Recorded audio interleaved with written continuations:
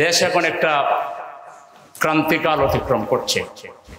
বিশেষ বিশেষ সময়ে রাজনৈতিক দলগুলোর দূরদর্শিতা প্রজ্ঞার উপরে দেশের স্থিতিশীলতা এবং ভবিষ্যৎ নির্ভর করে।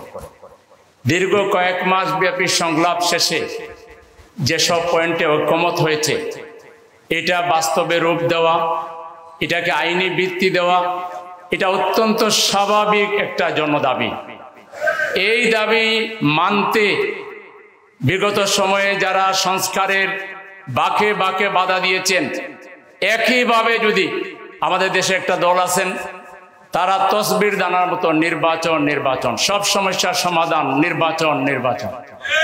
কিন্তু বাংলাদেশের ইতিহাস যদি দেখা হয়, নির্বাচিত সরকারের আমলে সবচাইতে বেশি অঘটনগুলো, অ্যাক্সিডেন্টগুলো ঘটেছে।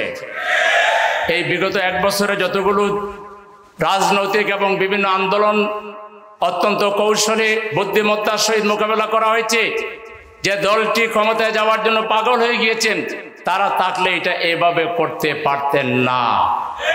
নির্বাচন সুষ্ঠু হলে ক্ষমতায় আসতে পারবেন না মনে করেই নির্বাচন যেন তেন ভাবে করে ক্ষমতায় আসার দুঃস্বপ্ন দেখছেন। বাংলাদেশের জনগণ এটা কখনোই মেনে নেবে না।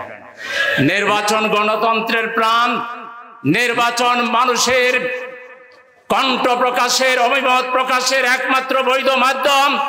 বাংলাদেশ জামাত ইসলামী সর্বদাই নির্বাচনের পক্ষে, কিন্তু কোন তামাশার নির্বাচন করে আবারও কোন ফ্যাসিবাদ বাংলাদেশে কায়েম হবে, এটা বাংলার জনগণ এক মুহূর্তের জন্য হতে দিতে পারে না। সেই জন্য এই মুহূর্তে রাজনৈতিক দলগুলোর কাছে আমাদের আবেদন, কোন প্রকার কোন নেগেটিভ চিন্তা না করে যে ঐক্যমতগুলো হয়েছে, এটা বাস্তবায়নের মাত্র দুইটা পথই আসলে আছে। একটা হলো প্রক্লেমেশনের মাধ্যমে করতে হবে, আর না হয় গণভোট দিতে হবে।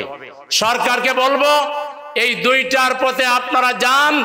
এর বাইরে কোন চিন্তা যদি করেন, কোন বিশেষ মহলের কাছে যদি নথি স্বীকার করেন, সারা বাংলাদেশে 2 জুলাই বিপ্লব শুরু হবে এবং এই বিপ্লব চূড়ান্ত বিপ্লব। বাংলাদেশে গণতন্ত্রকে নিশ্চিত করে সকল ফ্যাসিবাদী চিন্তা, ফ্যাসিবাদী রাজনৈতিক চরিত্র এবং দল নিশ্চিহ্ন হয়ে যাবে। বাংলাদেশ প্রকৃত অর্থে একটি গণতান্ত্রিক, সমৃদ্ধ, একটি সুন্দর বাংলাদেশ হবে ইনশাআল্লাহ।